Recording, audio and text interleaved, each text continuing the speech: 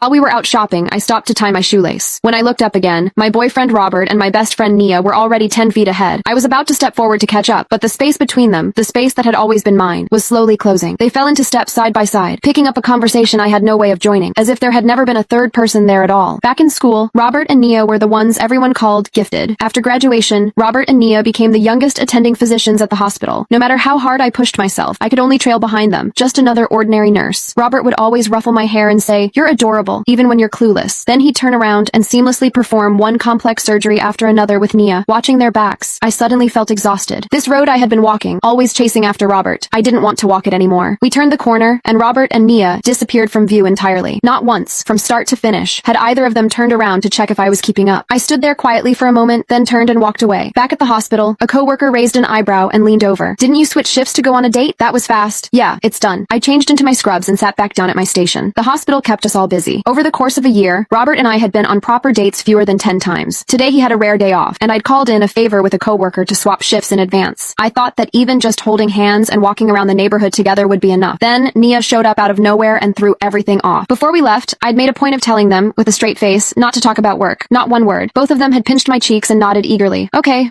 we get it." But halfway through dinner, someone brought it up, and before long the two of them were going back and forth about patient cases. I sat there beside them, pushing rice around my plate. I don't even remember when the check was paid. Then the landline at the nurse's station rang, snapping me back. My coworker had already picked up a car accident up north. Several people were being rushed into the ER. I was about to text Robert when a message from him came through first. Patient came in. Nia and I are heading back to the hospital. I turned the screen off and sat there, blank. He still hadn't asked, not even once, where I had gone. After my last procedure of the day, I ran into Robert in the hallway. He looked worn out. I kept my eyes straight ahead and didn't fall into my usual habit of fussing over him. But the moment we crossed paths, he caught my wrist. He buried his face in the curve of my neck, a habit of his. "What's wrong? Don't recognize your own boyfriend?" Every time he came home after a long shift, he'd do this. Said it was how he recharged. My mind told me to pull away, but there was a dull ache spreading through my chest that I couldn't explain. It had taken me 3 years to go from quietly loving Robert to actually standing by his side. The day we got together, someone in our cohort immediately started a side bet on how long we'd last, because honestly, the gap between us was hard to ignore. Robert had been at the top of his class every single year. Me? Since elementary school, I'd had teachers point fingers in my face and call me stupid. The one who'd stepped in front of me with open arms back then was Nia. I knew I wasn't the smart one. I always needed Robert's patience and Nia's encouragement just to keep going, so even though I had made up my mind, the moment he leaned in close, all that resentment I had been holding on to began quietly dissolving. We sat together in an empty stairwell. It was a rare moment alone. In the silence, Robert finally spoke. "Maya? Yeah? Can you try to act a little more mature from now on?" I blinked, caught off guard. After a long pause, I slowly turned to look at him. "What?" His eyes were closed. His voice was flat. "The way you talk about the weather. This afternoon you disappeared without saying a word. You had Nia and me worried sick. We both finally had a day off. Even if you don't care about me, you could at least consider Nia. She's not your babysitter."